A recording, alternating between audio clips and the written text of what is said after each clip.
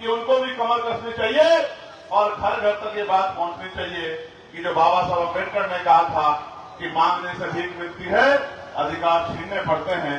और जो अधिकार आपके छीन लिए जाए, जो जिन अधिकारों पर आप पे डाका पड़ जाए, वो छीनने के लिए आपको ताकत बनानी पड़ेगी। मैं तो धन्यवाद देता हूं, इतनी बड़ी संख्या में हमारी मातृशक्ति यहां पहुंची है और नौजवान साथियों ने तो देश में कहीं भी कोई आंदोलन और कार्यक्रम हो, हमेशा से अपने छोटे छोटे साधनों से हमारे संगठन पार्टी के शक्ति को बढ़ाने का काम किया। आज भी हम लोग, मुझे याद है 2020 से अब तक का सफर कठिनाइयों भरा था, लेकिन जिस तरह उत्तर प्रदेश के साथियों ने मेहनत करके, संगठन बना के, भाईचारा बना के, लोगों को जगा के अपनी शक्ति को बनाना उत्तर प्रदेश में शुरू किया है, अगर आप भी इसी काम को यहाँ आगे बढ़ाने का काम करोगे तो आपकी लड़ाई बड़ी आसान हो जाएगी।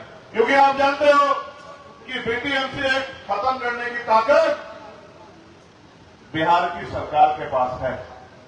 जब तक उनकी कुर्सी के पांव, उनकी कुर्सी के पहिए, उनकी कुर्सी के डंडे आपके हाथ में नहीं होंगे, तब तक वो सरकारें आपके अधिकारों को देने का काम नहीं करेंगी। इसलिए क्योंकि लोकतंत्र है और जनता मालिक होती है, और जनता तक सही बात पहुंचाए और ऐसे लोग तैयार हो जाए पहुंचाने वाले और बात पहुंच जाए तो कोई काम नामुमकिन नहीं है।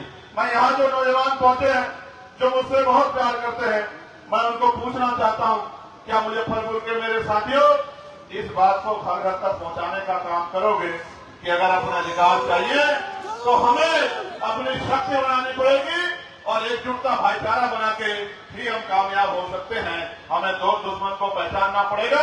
हमारे प्रचार का काम कमजोर है, इस बात का एहसास मुझे आज होता है, क्योंकि मैं जानता हूं कि हमारे जो नौजवान नेतृत्व है वो आर्थिक रूप से बहुत संपन्न नहीं है। मैं ये मानता हूं कि उनमें आर्थिक शक्ति कमी होने के कारण वो बड़े बड़े बैनर नहीं लगवा सकते हैं, वो टीवी रेडियो में प्रचार नहीं कर सकते हैं, वो उस तरह से साधन नहीं लगा सकते हैं। लेकिन मैं जानता हूं, वो एक शायरी है ना कि सपने उन्हीं के पूरे होते हैं जिनके सपनों में जान होती है, और पंखों से कुछ नहीं होता दोस्तों, हौसलों से उड़ान होती है। जितने लोग यहाँ उपस्थित हैं, मैं चैलेंज करके कहता हूं, अगर इतने लोग भी ठान ले और कल से निकल जाए तो वो दिन दूर नहीं है कि अगले 1 महीने के अंदर घर घर तक ये बात पहुंच जाएगी कि हमें अपनी ताकत बनानी है। और जो अपमान यहाँ, क्योंकि बोध गया कोई दूसरी जगह नहीं है, बोध गया एकमात्र ऐसी जगह है जहाँ भगवान बुद्ध को ज्ञान प्राप्त हुआ है। ये सिद्धार्थ गौतम से और भगवान बुद्ध तक बनने की पूरी प्रक्रिया का अगर हिस्टोरिकल प्रमाण हमारे पास कहीं है तो वो बोध गया में है। मैं तो धरती से आता हूँ जहाँ भगवान बुद्ध पैदा हुए, कुशीनगर, सिद्धार्थनगर, और जहाँ भगवान बुद्ध का परिनिर्वाण हुआ कुशीनगर। लेकिन जहाँ भगवान बुद्ध को ज्ञान प्राप्त हुआ, इस ज्ञान के कारण पूरी दुनिया में बौद्धम यहाँ से गया, शांति का संदेश गया, लाइट ऑफ एशिया का नारा आया। उस धरती पे, उस बोध गया पे बौद्ध भाइयों के साथ, बौद्ध अनुयायियों के साथ किसी भी तरह का अन्याय हम लोग बर्दाश्त नहीं करेंगे। इसी बात को बताने के लिए मैं आज आपके बीच, मैं आपको यहाँ ये भी कहना चाहता हूँ, ये मेरा निवेदन और चेतावनी दोनों समझिए, जब तक आपके पास गांव में आपकी बात को पहुंचाने वाला, डंडा उठाने वाला ईमानदार नेतृत्व नहीं खड़ा होगा, तब तक आपकी बात मजबूत होने वाली नहीं। इसलिए आपको हवाई काम करने की बजाय जमीन पर जाके संगठन का निर्माण करना चाहिए।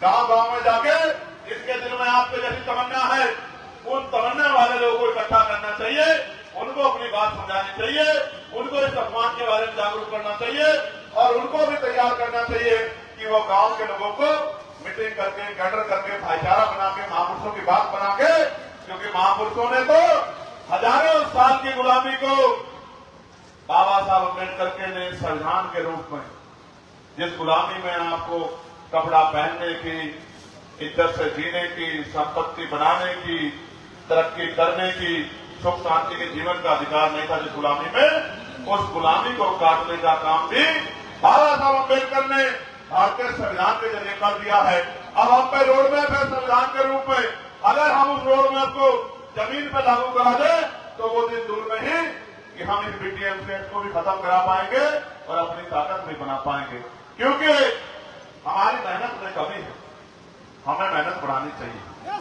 अगर हम मेहनत नहीं बढ़ाएंगे तो आप अपने मन में सोचो, आपकी लड़ाई को दूसरा क्यों लड़ेगा? लड़ाई भी लड़ने के लिए सबसे आगे रहते हैं। इस बात का उदाहरण मंडल कमीशन भी है कि जब पिछड़े वर्ग के लोग भी पूर्ण रूप से तैयार नहीं थे, क्योंकि अगर तैयार होते तो सारी मांगे मंडल कमीशन की पूरा होती।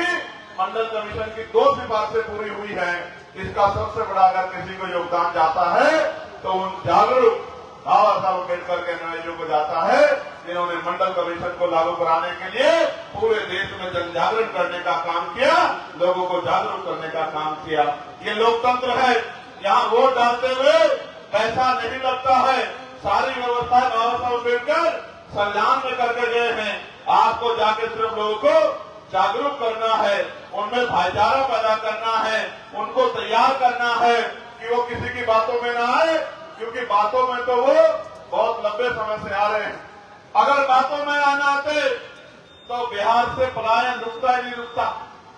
क्यों बिहार के लोगों को पूरे देश में अपने पेट को अपने कमाने के लिए और अपने बच्चों के पेट के भरने के लिए जाना पड़ता है। मैंने तो आज भी मेरे याद है जब कोरोना काल की चर्चा आजकल हो रही है, और मैंने कोरोना काल का वो समय देखा है जब दिल्ली से इन्हीं मेहनतकश लोगों को भगाने का काम किया गया था, और इन निकम्मी सरकारों के पास इनको भेजने के लिए बस और ट्रेन की व्यवस्था भी नहीं थी। किस तरह गरीब लोग पेट पे हाथ रख के प्यासे प्यासे बिना चप्पलों के बिना भोजन के कई दिन बाद तक अपने घरों में पहुंचे थे। मैंने बिलखती माओ को, छोटे बच्चों को और उन बच्चों को बैग के ऊपर लेटे हुए भी देखा है। हम कोशिश करते थे महापुरुषों के विचारों के कारण कि जितने लोगों तक भोजन सामग्री, खाद्य सामग्री